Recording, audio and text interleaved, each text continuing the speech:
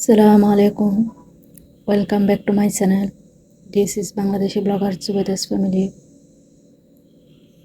আশা করি সবাই ভালো আছেন। আমি আল্লাহর রহমতে ভালো আছি। জুবাইদাস ফ্যামিলির পক্ষ থেকে সবাইকে জানাই স্বাগতম। আমি আপনাদের সামনে আরেকটা নতুন ভিডিও নিয়ে হাজির হয়ে গেলাম। আশা করি ভিডিওর শেষ পর্যন্ত আমার সাথে থাকবেন।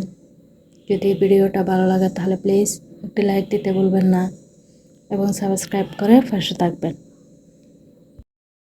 এখন চলে যাব মূল ভিডিওতে।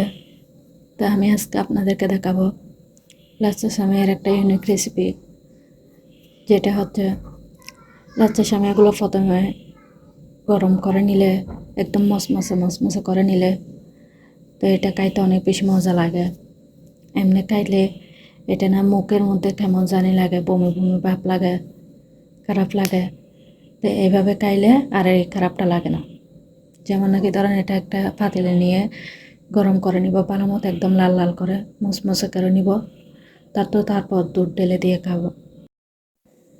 তারপর দুধটা গরম করার পরে সাথে সাথে ঢেলে দিব না, এটা কিছুক্ষণ ঠান্ডা হতে দিলে তো এই সেমাইটার মধ্যে মসমসে ভাবটা থাকে, খাইতেও অনেক বেশি ভালো লাগে।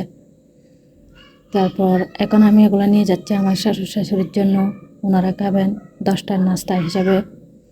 তা আমি ওনাদের জন্য করছি এগুলো এখন। তা আমি একটা প্লেটে নিয়ে এগুলাতে কিশমিশ আর বাদাম দিয়ে দিয়েছি। তো দুধগুলো কাপে ঢেলে নিয়ে যাব, কারণ ওনারা আগে থেকে দিয়ে ফেললে দুধ খায় না, দেওয়ার সাথে সাথে ওনারা খায়। তাই এই জন্য ওনাদের জন্য দুধ ঢেলে দিচ্ছি না, দুধগুলো কাপে করে দিয়ে আসবো। আমি ওনাদেরকে সেমাইটা দিয়ে আসছি। এখন কিছু কাপড় ছিল আমার হাজব্যান্ডের, এগুলো আমি আয়রন করে রাখবো, কারণ উনি আবার কখন আসেন কাপড়গুলো নষ্ট হয়ে যাবে। তাই আমি এগুলো একটু আয়রন করে রাখবো। তা আমি আয়রন করতে করতে রান্নাটাও বসাই দিব। রান্না করবো আজকে আলু ভর্তা করবো স্পেশালভাবে, তারপর ডাল করব। কারণ আলু ভর্তা খাচ্ছি না, অনেক দিন হয়েছে, আমার আলু ভর্তা খাইতে ভালো লাগে না।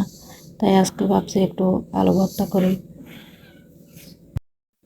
কারণ আলু ভর্তাটা আমি খাইলে আমার বেশি অশান্তি লাগে, গ্যাস্ট্রিকের খারাপ লাগে। তাই আমি আর খাইতে পারি না। ছোটোবেলায় অনেক খাইতাম, আলু ভর্তা ছাড়া ভাত খাইতাম না, ডাল ছাড়া। আর এখন এগুলো খাইতেই পারি না। তা আজকে ভাবছি একটু আলু ভর্তা করি, ভালো লাগতেছে না, কী খাবো কিছু ভালো লাগতেছে না রান্না বান্নাও। তাই ভাবছি একটু আলু ভর্তা করি লাল লাল করে। তা আমি আলু ভর্তাটা আলু আর ডালটা একসাথে বসিয়ে দিয়েছি রাইস কুকারে, ভাত দেওয়ার সময় এটা হয়ে যাবে। তো এখানে আমি লাল মরিচ দিব, তারপর কাঁচা মরিচও দিব, দুটোটা পুড়ে দিব। আলু ভর্তার আলুটাও সিদ্ধ হয়ে গেছে আর ডালটা হয়ে গেছে। আমি ডালটাকে একটু ব্লেন্ড করে নিব, কারণ প্রতিদিন একরকম ডাল ভালো লাগে না, বাচ্চারাও খাইতে চায় না। তো ওদের জন্য তো ডাল ছাড়া চলেই না, ডাল প্রতিদিনই করতে হয়। তাই ডালগুলো আজকে একটু ব্লেন্ড করে করব, কারণ ব্লেন্ড করে করলে অনেক বেশি স্বাদ হয় এগুলো। তাই আজকে ব্লেন্ড করে ডালটা রান্না করব। আমি কাঁচামরিচগুলো একটা ছুরির সাহায্যে এভাবে ফুঁড়ে নিয়েছি, আর লাল মরিচ দুটো কড়াইয়ের মধ্যে করে নিয়েছি।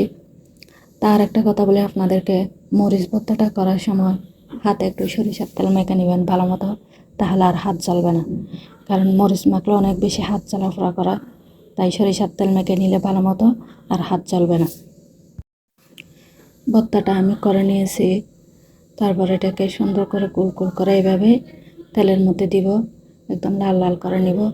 তো আমি এটা তেলেও দিয়ে দিয়েছি, একদম লাল লাল করে নিয়েছি। তো আজকের ভিডিও এ পর্যন্ত।